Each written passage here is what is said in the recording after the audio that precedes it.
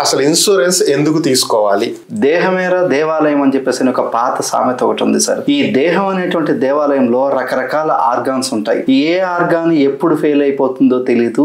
మరణానికి దారి తీసినప్పుడు కుటుంబం అనేది రోడ్డు మీద పడకుండా ఉండడం కోసం అని చెప్పేసి లైఫ్ ఇన్సూరెన్స్ అనేది చాలా అవసరం అండి. ఇది చాలా మందికి ఒక అపోహ ఉందండి. లైఫ్ ఇన్సూరెన్స్ అంటే మనం ఇంత కట్టాలి, ఇన్ని సంవత్సరాలు కట్టాలి, ఎంత వస్తుంది అంతే.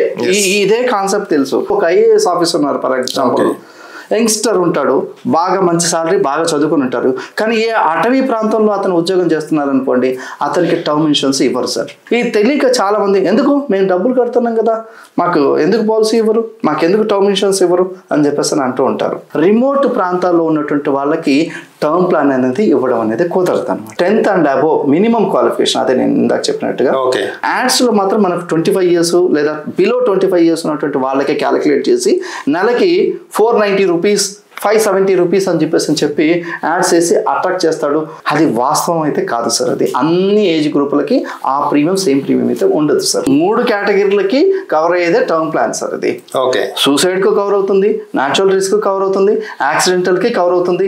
ఇంకా చెప్పాలంటే యాక్సిడెంటల్ త్రూ పబ్లిక్ ట్రాన్స్పోర్ట్ ద్వారా జరిగినటువంటి రిస్క్ కానీ ఇట్లాంటి వాటి అన్నిటికి కూడా కవర్ అవుతుంది సార్. అది ఈ రోజు ఇన్సూరెన్స్ చేసి ఒక వారం తర్వాత కాదు, ఒక 6 నెలల తర్వాత కాదు, మీరు 1 సంవత్సరం లోపల మీరు కనుక సూసైడ్ చేసుకుంటే కనుక ఇవ్వరు సార్. అది మన పిల్లలు కూడా కొంతకాలం ఆన్లైన్ చదువులకు అలవాటు పడ్డారు.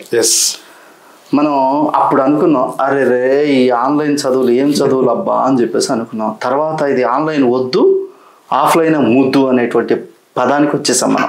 1 సంవత్సరము లేదా 8 నెలలు చదివేటువంటి చదువులకి అంతలాగా మనం బాధపడిపోతే జీవితాంతం కుటుంబానికి సపోర్ట్ ఇచ్చేటువంటి ఒక అద్భుతమైనటువంటి ప్రొటెక్షన్ ఇచ్చేటువంటి ఈ ఇన్సూరెన్స్ వ్యవస్థని నువ్వు తీసుకెళ్ళి ఎవరో తెలియనటువంటి ఒక మొక్కు మొహం తెలియనటువంటి ఒక ఆన్లైన్ ప్లాట్ఫామ్లో తీసుకుంటే రేపు పొద్దున ఏ చిన్న కరెక్షన్ వచ్చినా, అంటే పేరు తప్పుపడవచ్చు, డేట్ ఆఫ్ బర్త్ తప్పడవచ్చు, స్పెల్లింగ్ తప్పడవచ్చు, ప్రీమియం కట్టిన రిసిప్ట్ రాకపోవచ్చు, అసలు రెస్పాండ్ లేకపోవచ్చు, వాళ్ళు ప్రీమియమ్స్ మనకు గుర్తు చేయకపోవచ్చు, రిమైండర్స్